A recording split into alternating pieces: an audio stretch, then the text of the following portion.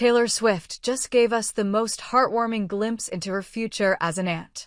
December 14, 2025. Arrowhead Stadium.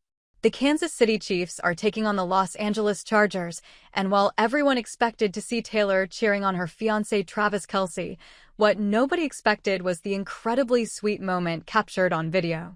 We're talking about Taylor holding one of Jason and Kylie Kelce's daughters during the game, and this wasn't a quick photo op. This was real family time that shows exactly where Taylor stands in the Kelce family dynamic. The footage hit TikTok, and within hours, it was everywhere. The video shows Taylor sitting in Travis's suite at Arrowhead with one of Jason and Kylie's little girls in her arms. Right next to her is Kylie, who appears to be holding their youngest daughter, Finley. Taylor's wearing this gorgeous beige and red Amber Ola Johnson coat that perfectly captures the Chiefs' colors. Her hair is down, she's smiling, and she looks completely at ease. This isn't the global superstar trying to make an impression. This is a woman who's already part of the family. Fans immediately started speculating about which daughter Taylor was holding. Jason and Kylie have 4 girls: Wyatt Elizabeth, who just turned 6, Elliot Ray, who's 4, Bennett Llewellyn, who's 2, and baby Finley, and who's 9 months old. Based on the size of the child in Taylor's arms, most people think it was either Elliot or Bennett. The 2-year-old seems most likely, given how comfortable Taylor looked managing a toddler. What makes this moment even sweeter is who else was there. Taylor's mom, Andrea Swift, was in the suite. Travis's mom, Donna Kelce, was there too. You had 3 generations of 2 families coming together to watch a football game, and at the center was Taylor, completely integrated into the chaos that comes with having 4 young kids in a VIP suite during an NFL game. The whole vibe was less celebrity girlfriend making an appearance and more Sunday family gathering where everyone chips in. Social media exploded with reactions. Comments like, "Auntie is going to be the best aunt ever," and "Taylor looks so natural with kids" flooded every post. One fan wrote, "The way she's just casually holding that baby like it's no big deal, meanwhile she's literally Taylor Swift."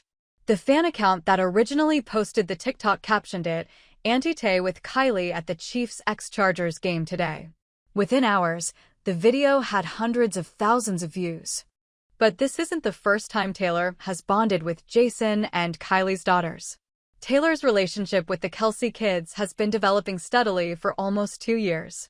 She first met Jason and Kylie in January 2024 when the Chiefs were in the playoffs playing against the Buffalo Bills.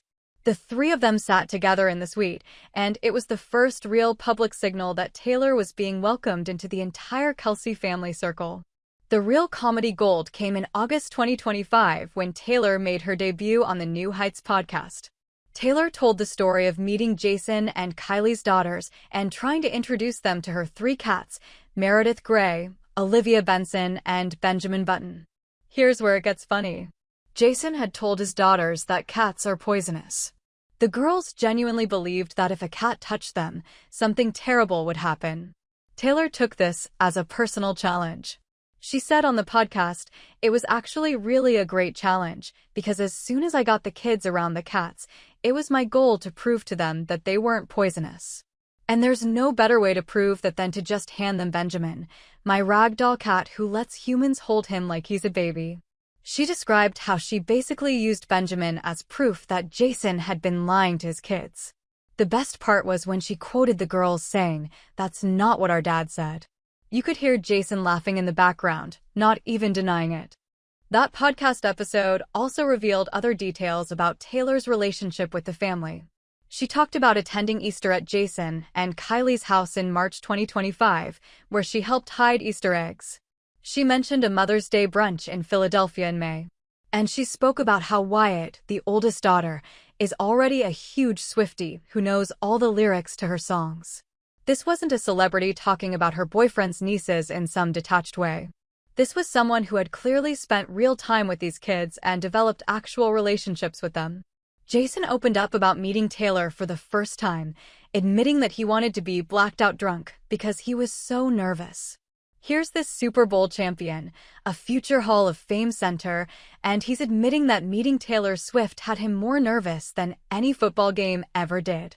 Travis and Taylor both laughed at this, and Taylor assured him that he'd been perfectly fine. The whole conversation painted a picture of two families genuinely trying to blend together. So when you see Taylor holding one of those little girls at the December 14th game, you're not seeing a first-time interaction.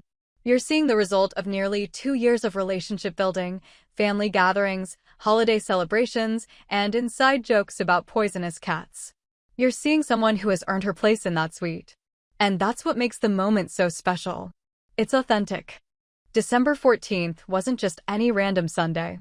This was one day after Taylor's 36th birthday. She turned 36 on December 13th, and she chose to spend the weekend celebrating in Kansas City with the Kelce family. This is her third birthday since she and Travis started dating back in July 2023. Her first birthday with Travis in 2023 was still relatively new and private. Her second in 2024 featured Travis throwing her an Eras Tour-themed surprise party. And now, her third birthday in 2025, she's spending it as his fiancé, holding his nieces at football games. The progression tells its own story. Taylor and Travis announced their engagement in August, more than 2 years after they started dating. The announcement came via matching Instagram posts featuring gorgeous engagement photos, and the caption was pure Taylor and Travis. They wrote, "Your English teacher and your gym teacher are getting married." It was a cheeky reference to Taylor's song, So High School, from her album, The Tortured Poets Department. The caption perfectly captured their playful dynamic and gave fans exactly what they wanted. In the days leading up to this game, Taylor had been on a media tour.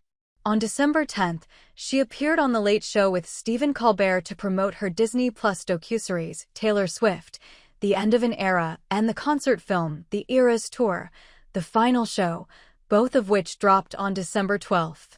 During the Colbert interview, Taylor got candid about the pressures of long-term success and the criticism that comes with it. She acknowledged that while some people admire sustained success, there's always a contingent wishing successful artists would step aside.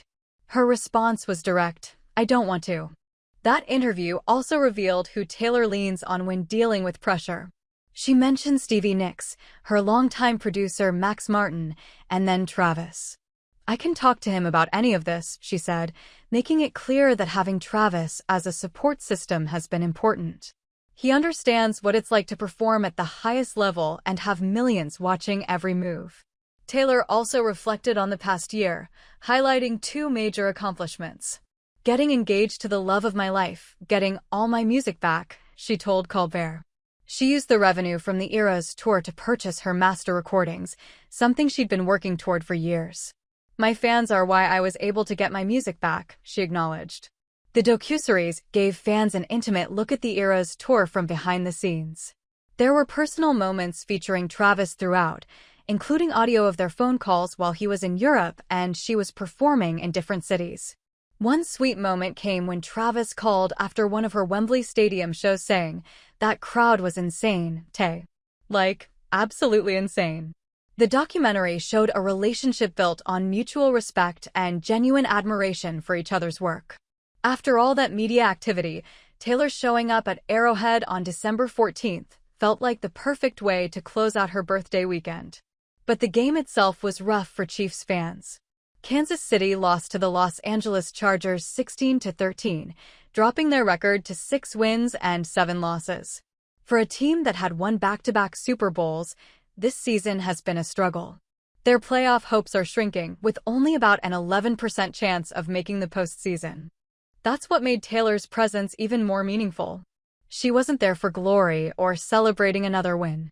She was there during a tough stretch, showing up for Travis when things weren't going well, which is exactly what partners do.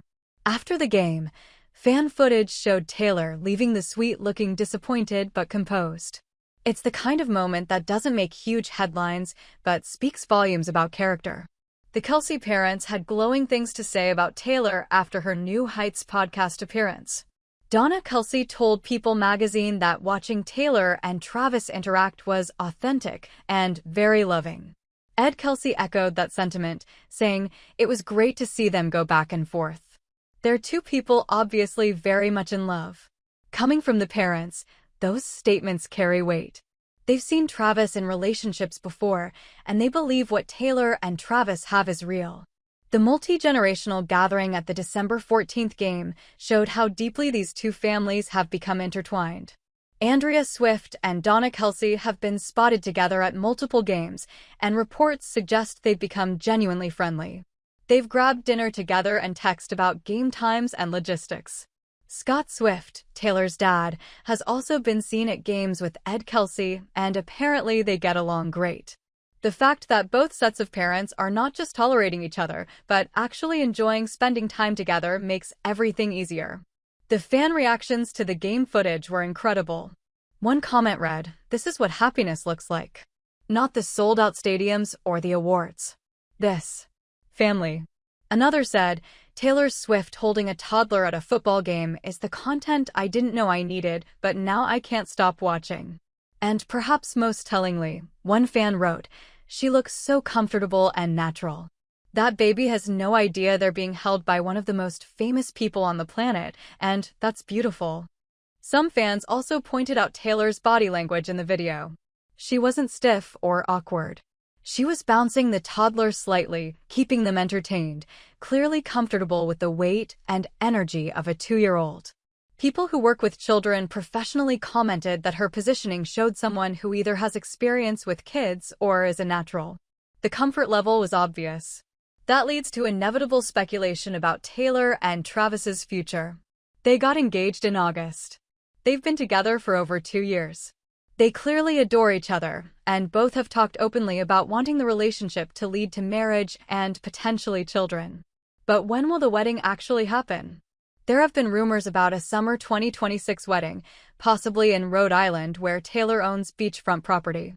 Other reports suggest they might wait until after Travis's NFL career is over. The truth is, nobody knows except Taylor, Travis, and their inner circle. What we do know is that when the wedding happens, it's going to be massive. You'd have everyone from Ed Sheeran and Selena Gomez to Patrick Mahomes and the entire Chiefs roster. Hollywood A-listers mixing with NFL stars, country music legends sitting next to hip-hop icons. And yet, knowing Taylor and Travis, they'd probably try to keep it as intimate and personal as possible despite the scale. But before any of that happens, there's still an NFL season to finish. Taylor will likely continue showing up at games, sometimes with massive fanfare and sometimes quietly slipping into the suite with family.